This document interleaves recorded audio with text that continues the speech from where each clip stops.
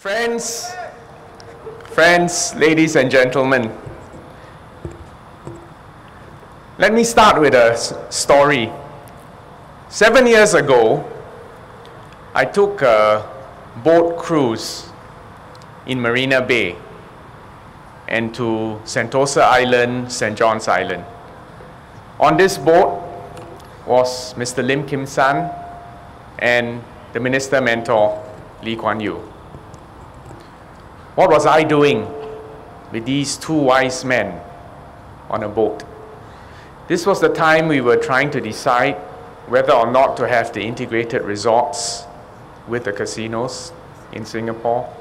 And we were also trying to decide where to place these two integrated resorts. At the end of the cruise, as the boat came back into Marina Bay, this was before the barrage was built, so you could sail in to Marina Bay. Nice sunset, and in front of us, you could see the beautiful skyline, Shenton Way, and the Singapore downtown. And I asked Mr. Lee Kuan Yew, Mr. Lee, how do you feel when you see this beautiful city, knowing that 50 years ago, almost all these buildings were not there. Now, we have a beautiful Singapore. How do you feel, Mr. Lee? He looked at me and he just said a few words.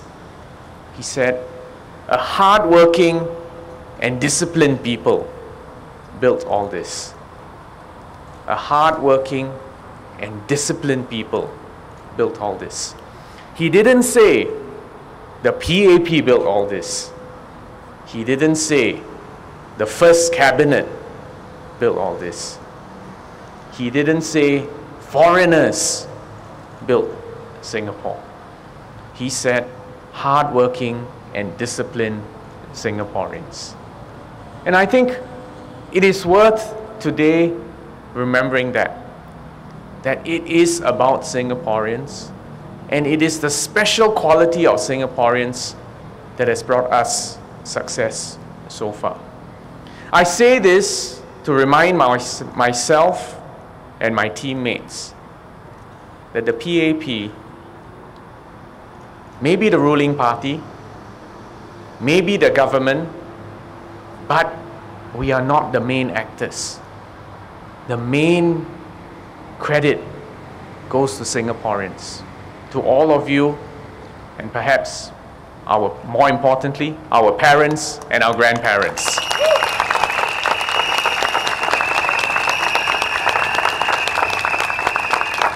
And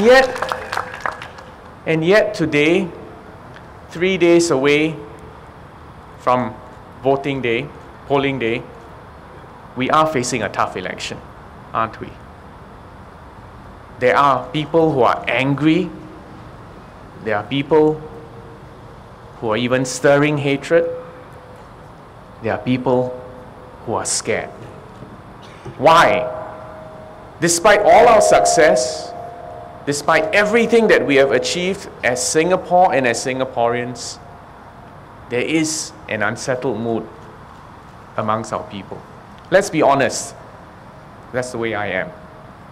So I asked myself, why? Are there issues on the ground that are unsettled? And the answer is yes. People are concerned about the cost of living, cost of houses, competition from foreigners, cost of transport, cost of healthcare, adequacy of our social safety nets. Yes, there are real concerns on the ground. And yes, the PAP government hasn't been perfect, and we haven't always solved all the problems completely and immediately. I say this again very frankly. But we should also remember that we have overcome far more challenging problems than this. And in fact, this whole list of issues that I gave you can and will be solved. We need time. And actually, I suspect the majority of Singaporeans know that we will solve them. but it takes time. But I think there's something more to the mood today than just issues. Just now, Madam Yufu Yishun told me, people are asking, does the PAP really listen? Are we listening to our people? Are we appreciating what people are scared of, concerned of? So I think she's right. And I think one fundamental question is, what is the state of the relationship between the people of Singapore and the People's Action Party? The relationship. Are we listening? Do we care? And do they trust us? And I think that's what this election really, ultimately, will be about. So I've spent the last 1 week campaigning with a heavy heart. I'll be honest with you, with a heavy heart, because I have a very heavy responsibility. I have to campaign, I have to win, not for myself, but because I have 3 wonderful teammates who deserve to be in Parliament. Whatever problems I have, I tell you categorically, the 3 of them deserve to be in Parliament, and I'm sure you all agree with me. Yes. And then it goes beyond my teammates, because there's an even heavier responsibility. It is the people of Singapore, the future of Singapore, and our children and our grandchildren, whose future depends on the outcome of this election.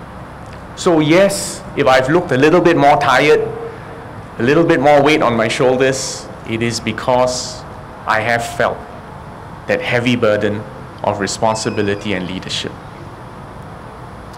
But I have spent my time talking, and even more importantly, listening. So tonight I wanted to share with you some lessons that I have learned from campaigning, from what people have taught me and have showed me, and especially from what younger Singaporeans have taught me.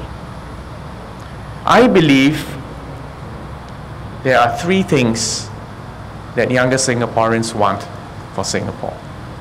And I'm not talking about houses and cars and transport and all the tangible things. I'm talking about 3 deeply held beliefs that young Singaporeans have. Number 1, young Singaporeans want respect. Number 2, they want Singapore to be a fair society. And number 3, they want Singapore to be a land of opportunities. So 3 things: respect, fairness, and opportunities. And if, as a political party, we cannot address these key needs of young Singaporeans, then I think we are in trouble. So let me go through them one by one. Respect. Every Singaporean, regardless of how old or how young, regardless of how rich or how not so rich, regardless of how healthy or unhealthy, deserves our respect. And when you say respect, it's not just a matter of good morning, sir, please vote for me. It's not. It's, do you really listen to what he or she believes in? And even if the person is angry with you, are you concerned with why he's angry with you? Why maybe he even hates you at this time? And I believe that every Singaporean is entitled to a dream, is entitled to be heard, is entitled to make his dream come true. And we need to do that. Just the other day, I think it was about 4 days ago, I was in an LRT train in Bukit Panjang. I met a young undergraduate from NTU. His name was Thaddeus Wee. He He was very surprised to see me on the LRT. I guess he doesn't expect ministers to ride the LRT. So his first question to me was, why should I vote for you? And before I could even answer, he said, I know what you've already done. Bukit Panjang is fantastic.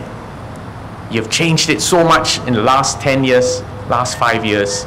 We got almost everything that we want. Yes, there's still a few more things to be done, but almost everything that needs to be done has been done. So don't tell me about what you've done. What's your plans for the future? So I explained, I said, we believe we want a happy, safe, and harmonious town. We want a town that is, Bukit Panjang, they used to say it was Ulu. We want to say, no, this is not an Ulu town. This is as upmarket as you have here in Clementi Avenue 4. This is a town that is modern, but also will be green. This is a town that will have facilities. So the sports complex is an example. We will build more park connectors. We will make this place special. So he nodded, he said, okay, that's interesting. I might support you for that.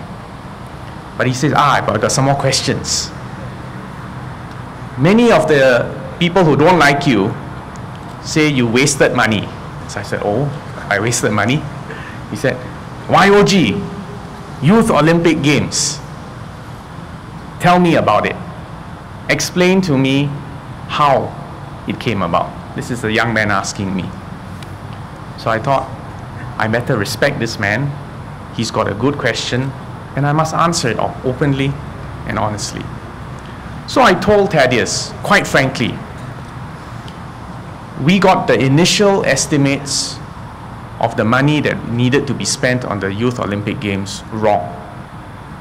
We got it wrong because this was the world's first ever Youth Olympic Games. Never been done before. First time ever. We had no other models or precedents to follow. The IOC decided in August to have it. In November, 3 months later, they asked us to put in a bid. So our initial estimates were wrong. And in fact, even after the IOC chose us, I told Thaddeus, it took more than a year before they could confirm the detailed requirements to conduct these games. So after a year, almost a year and a half later, and all the detailed specifications, and we realized this may be the Youth Olympic Games, but it's 1/3 the size of the Summer Olympics, and it's got all 26 sports, and all the athletes are going to stay for the entire 2 weeks. We quickly did our sums, but carefully, and we realized it will cost a lot more. So what did I do? I went to see the Prime Minister. I said, Mr. Lee, this is the latest set of figures.